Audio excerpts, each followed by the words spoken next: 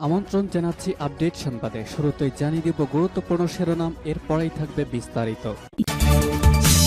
পুরোদমে Iran, Israel এবং নিরীহ ফিলিস্তিনিদের মাঝে ভয়াবহ যুদ্ধ চলছে হামলা পাল্টা হামলা।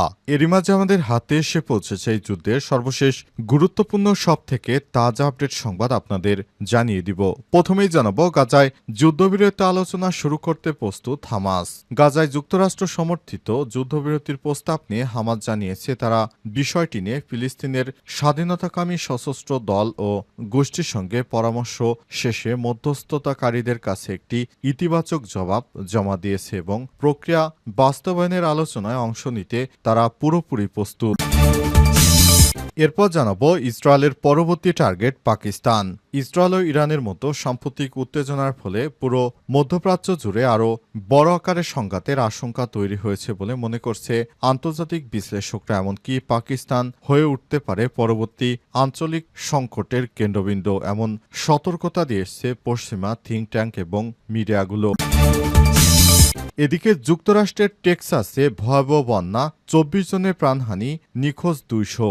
ভারী বৃষ্টিপাত ও বজ্রপাতে যুক্তরাষ্ট্রের টেক্সাস অঙ্গরাজ্যের দক্ষিণাঞ্চলে আজ আকস্মিক বন্যা শুরু হয়েছে। এতে এখন পর্যন্ত 24 জনের প্রাণহানি হয়েছে। এছাড়াও স্থানীয় কর্তৃপক্ষ জানিয়েছে গ্রীষ্মকালীন একটি ক্যাম্পে থাকা প্রায় 200 জন মেয়ে শিশুকে খুঁজে পাওয়া যাচ্ছে না। খবর বিবিসি এবং দ্য গার্ডিয়ানের। এদিকে শেয়ার বাজারে চাঙ্গা ভাব, ইসলামী ব্যাংকের শেয়ারের দামে রেকর্ড উত্থান। গত সপ্তাহে দেশের শেয়ার বাজারে ব্যাপক ঊর্ধ্বমুখিতা লক্ষ্য করা গেছে। 5 কার্যদিবসের মধ্যে 4 দিনেই বাজার ছিল চাঙ্গা, ফলে বেশিরভাগ কোম্পানির শেয়ার এবং ইউনিটের দাম বেড়েছে। এই ঊর্ধ্বমুখী প্রবণতায় বিনিয়োগকারীদের আগ্রহের কেন্দ্রবিন্দুতে ছিল ইসলামী ব্যাংক বাংলাদেশ লিমিটেড।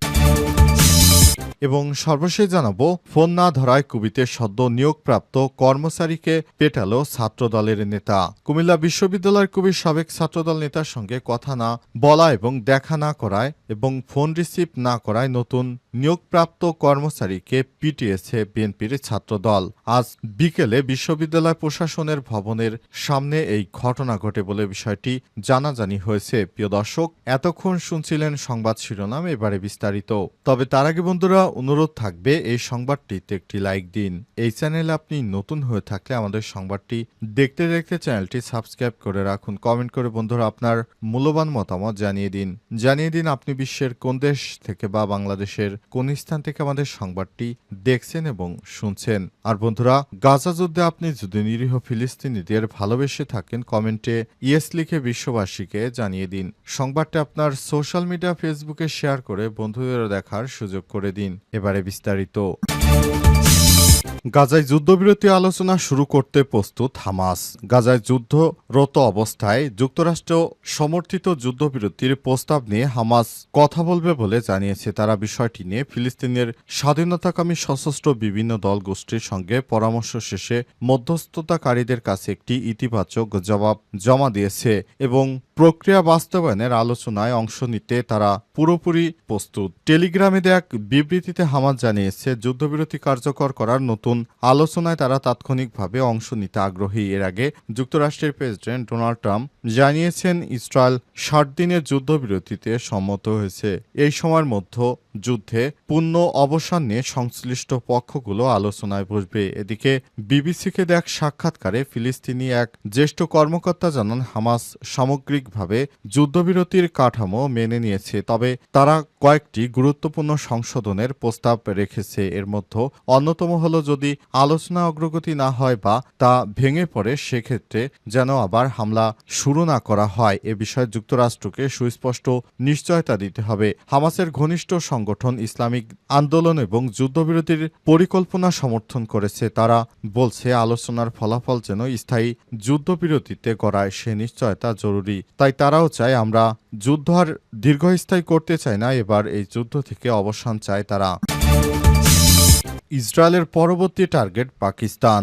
ইসরায়েল ও ইরানের মধ্যে সাম্প্রতিক উত্তেজনার ফলে পুরো মধ্যপ্রাচ্য জুড়ে আরও বড় আকারের সংঘাতের আশঙ্কা তৈরি হয়েছে বলে মনে করছে আন্তর্জাতিক বিশ্লেষকরা। এমনকি পাকিস্তান হয়ে উঠতে পারে পরবর্তী আঞ্চলিক সংকটের কেন্দ্র, এমন সতর্কবার্তা এসেছে কয়েকটি পশ্চিমা থিঙ্ক ট্যাঙ্ক এবং মিডিয়া থেকে। অধ্যাপক জেফ্রি প্রশ্ন তুলেছেন ইসরায়েল ইরান সংঘর্ষে নতুন দফা শুরুর পর আমরা কি আরও বিস্তৃত এক আঞ্চলিক যুদ্ধের মুখোমুখি হয়েছি? বিশ্লেষকরা বলছেন এই অঞ্চলে পরাশক্তিগুলো ভূরাজনৈতিক স্বার্থ এবং আধুনিক যুদ্ধের ধরন পাল্টে যাওয়া পরিস্থিতি দিন দিন জটিল হয়ে উঠেছে। ইউক্রেন, রাশিয়া এবং ইসরায়েল ইরান সংঘর্ষ এখন আর শুধু সামরিক শক্তি প্রদর্শনের মধ্যে সীমাবদ্ধ নয়, এতে যোগ হয়েছে প্রযুক্তি নির্ভর গোপন অভিযান এবং শত্রু রাষ্ট্রের ভেতরে এজেন্ট মোতায়েন করার কৌশল। উল্লেখযোগ্য দুটি সাম্প্রতিক অভিযান হল ইউক্রেন অপারেশন স্পাইডারওয়েব এবং ইসরায়েল অপারেশন রাইজিং লায়ন।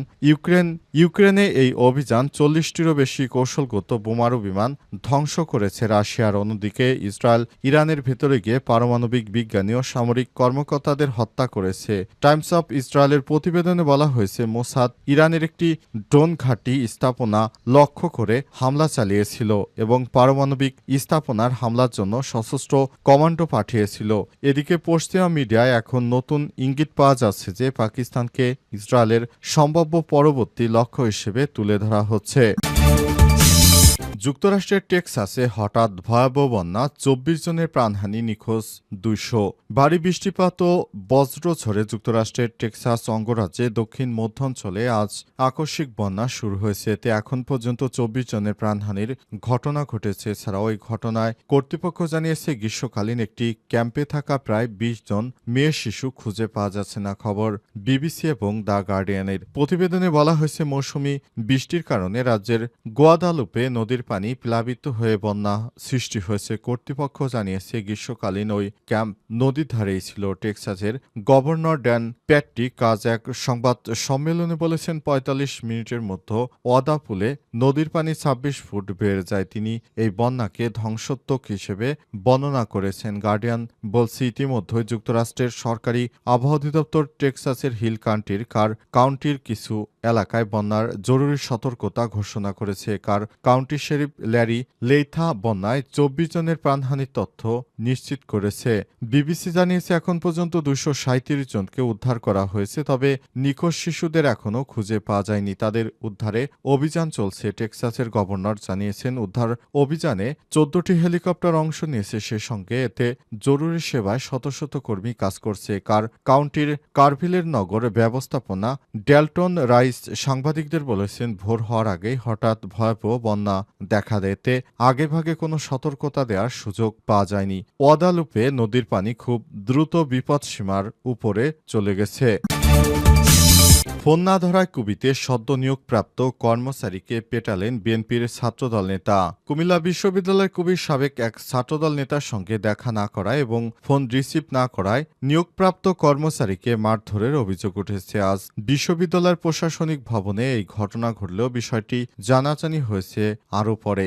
অভিযুক্ত ছাত্রদল নেতার নাম মেহেদী হাসান সোহাগ। তিনি কুমিল্লা বিশ্ববিদ্যালয় শাখা ছাত্রদলের যুগ্ম আহ্বায়ক হিসেবে কমিটিতে রয়েছেন। এছাড়াও তিনি বিশ্ববিদ্যালয় শাখা ছাত্রদলের সদস্য সচিব মুস্তাফিজুর রহমান শুভর অনুসারী বলে জানা যায়, তবে বর্তমানে আইএফআইসি ব্যাংকে কর্মরত আছেন। অন্যদিকে ভুক্তভোগীর নাম আজাদ। তিনি প্রশাসনিকভাবে রেজিস্ট্রার দপ্তরে কার্য সহকারী পদে নিয়োগ পান এবং বৃহস্পতিবার ছিল তার যোগদানের দিন। কর্মচারীকে মারার বিষয়ে ছাত্রদলের যুগ্ম আহ্বায়ক আতিকুর রহমান বলেছেন, ঘটনাটি আমি জানতাম না, তবে কেন এমন ঘটনা ঘটল সে বিষয়ে আমরা তদন্ত করে তারপর বিএনপি নেতার বিরুদ্ধে ব্যবস্থা গ্রহণ করব।